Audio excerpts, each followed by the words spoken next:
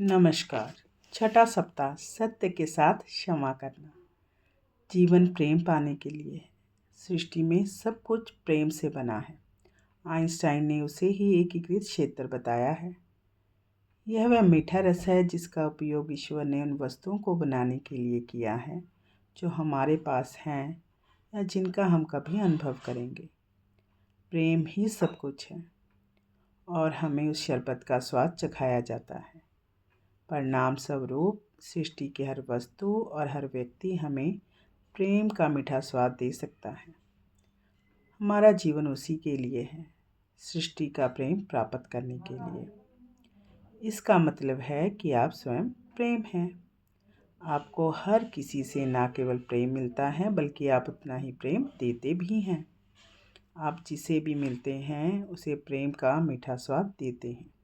जो प्रेम मिले उसे देना भी है। तो जीवन केवल प्रेम पाने के लिए ही नहीं है, यह हर किसी और हर चीज़ को प्रेम देने के लिए भी है। क्षमा की अवधारणा को गलत समझा गया है। जीवन प्रेम देने के लिए है। फॉर गिविंग क्षमा, लव प्रेम, फॉर गिविंग लव प्रेम देने के लिए, यही क्षमा है और कुछ नहीं। जब आप द्वेष रखते हैं तो आप प्रेम के उस मीठे स्वाद को रोकना चुन रहे हैं जो आप दे सकते हैं। द्वेष से छुटकारा पाएं और आपका जीवन एक बार फिर से प्रेम बांटने वाला हो जाता है। शिकायतें दूर करना वास्तव में आसान हो जाता है जब आपको एक बार प्रतीत हो जाए कि ये शिकायतें कितनी मूर्खतापूर्ण भ्रम है। आप द्वेष रखते हैं क्योंकि आपको लगता है कि किसी ने आपको चोट पहुंचाई है। आपको लगता है कि आप पर हमला किया गया है, समझौता किया गया है, अतिक्रमण किया गया है या किसी तरह से आपको छोटा व्यक्ति बना दिया गया है, या आपको लगता है कि किसी ने आपसे कुछ ले लिया है। ऐसी मूर्खता। आप परमेश्वर के स्वरूप में बनाए गए हैं। आप पूर्णता हैं और इसे कोई भी नहीं बदल सकता है। आप समृद्ध हैं, सब कुछ आपके लिए है और जब आप यह मानने लगते हैं तो आपको वह सब कुछ मिलता है जिसकी आपको आवश्यकता होती है। आप सचमुच एक रचनाकार हैं। आप जो भी अनुभव करते हैं उसे आप ही बनाते हैं। यदि आप कल्पना करते हैं कि किसी ने आपको ठेस पहुंचाई है तो यह केवल इसलिए है कि आप रचनाकार हैं। आपकी आप सभी निर्माता अवधारणाओं हैं का और अभी आपने ही उसको खंडन होता आमंत्रित हुआ किया है। प्रतीत होगा। इस आपका धारणा को अपना अनुभव समझना यह बहुत साबित कठिन करता है। प्रतीत होता है कि दुनिया निर्दोष लोगों को चोट पहुंचाने वाले नीच लोगों से भरी हुई है। वास्तविकता में यह असंभव है। आप अपने अनुभवों के लिए पूरी तरह से उत्तरदायी हैं। आप तय करते हैं कि आपके अनुभव क्या होंगे और आपके पास वही हैं। कोई भी आपके साथ हस्तक्षेप नहीं कर सकता। कभी किसी ने आपके साथ हस्तक्षेप नहीं किया है। आपके पास संकल्प शक्ति है। कोई भी, यहाँ तक कि ईश्वर भी, आपके संकल्प की स्वतंत्रता में हस्तक्षेप नहीं करेगा। यह आपके पवित्र अधिकार के रूप में सुरक्षित है। आप जो चाहें उसकी रचना कर सकते हैं क्योंकि आप जो सोचते हैं आप वही बनाते हैं। इस अद्भुत ब्रह्मांड की रचना ईश्वर के विचार से हुई है। इसी प्रकार हमारी रचना हमारे विचारों से प्रारंभ होती है। अनेक व्यक्तिगत कृतियों की हमारी दुनिया में, जो प्रत्येक व्यक्ति के संदर्भ में अनेक हैं। हम सभी एक दूसरे की पटकथा के अभिनेता हैं। आप अपनी कथा के लेखक, निर्देशक, निर्माता और मुख्य पात्र हैं। बाकी सभी लोग आपकी रचना में बिल्कुल वैसे ही अभिनय करते हैं जैसे आप निर्देश करते हैं। सोचे कि आप गरीब होंगे, लुटे जाएंगे, ठगे जाएंगे और एक अभिनेता निश्चित रूप से आपकी आज्ञा का पालन करने के लिए आ जाएगा। सोचिए कि आप बीमार हैं, एक अभिनेता आपको एक भयानक बीमारी पहुंचा देगा। सोचिए कि आप दलित हैं, आपको पीटा जाता है, आपके साथ दुर्व्यवहार किया जाता है। एक अभिनेता आपकी सेवा में उपस्थित हो जाएगा। जब आप यह पहचान लेते हैं कि जिन लोगों के प्रति आप द्वेष रखते हैं वे आपकी ही रचना के अभिनेता हैं, तो उन्हें क्षमा करना सरल हो जाता है। फिर तो जीवन प्रेम देने के लिए ही हो जाता है। अतीत में जब आपने क्षमा किया था तो आपने कहा था, आपने मेरे साथ गलत किया है, लेकिन मैं चाहता हूँ कि आप यह जान लें कि मैं कोई शिकायत नहीं रखना चाहता। इसलिए मैं आपके द्वारा किए गए उस भयानक कृत्य को भूलने की कोशिश करने जा रहा हूँ। ऐसा विचार एक भ्रम को दर्शाता है।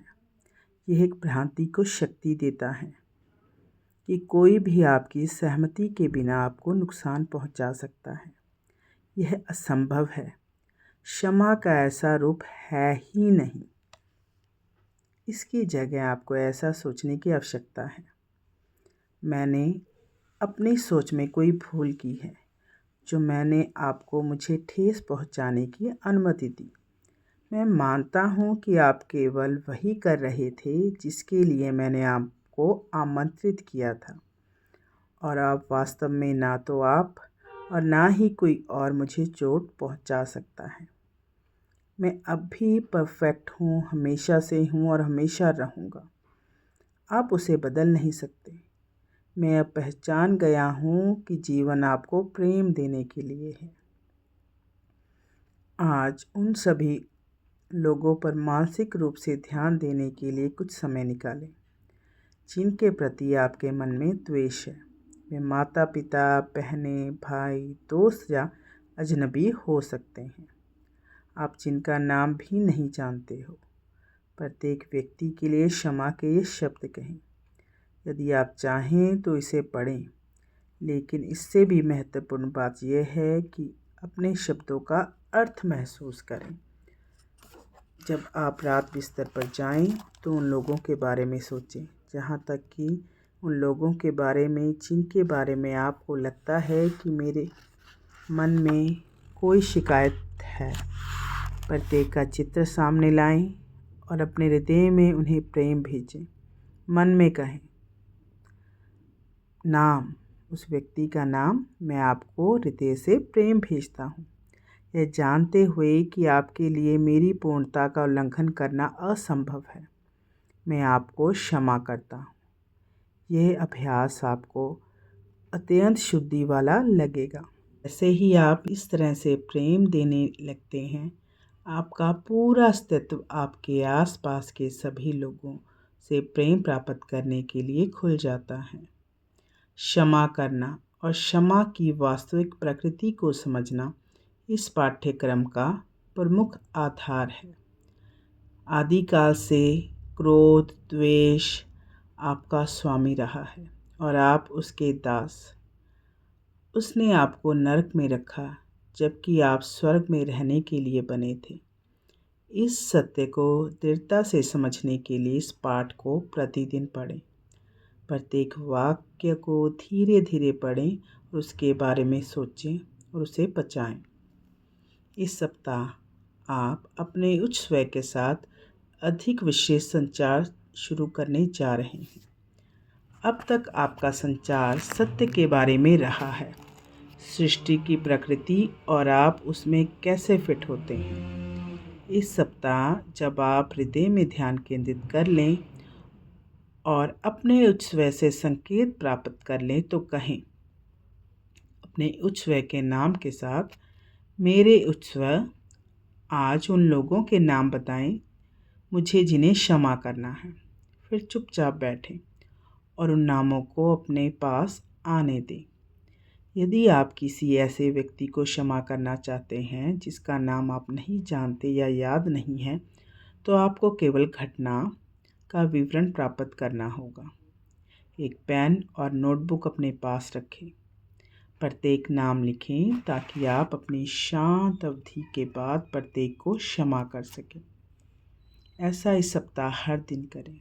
आप महसूस करेंगे कि आपको किसी एक व्यक्ति को हर दिन क्षमा करने की आवश्यकता है, या हो सकता है क्षमा के बाद ही आपको लगे कि उस व्यक्ति के लिए यह पूरा हो गया है। आपका उच्च स्व आपको बताएगा कि मार्गदर्शन का पालन करें। इसी सप्ताह भी आवश्यकता अनुसार अपने आभा मंडल से बिना बुलाए प्रभावों को दूर करना जारी रखें। जब भी आप भीड़ में जाएं, जब बीमारी या नकारात्मकता के करीब जाएं, तो अपने आभा मंडल को बंद कर दें।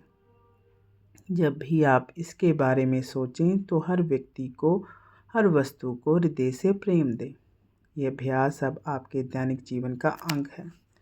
साप्ताहिक पाठों में चाहे उनका उल्लेख है या नहीं, अब से इस अभ्यासों को प्रतिदिन किया जाना चाहिए। धन्यवाद। Love and light to all.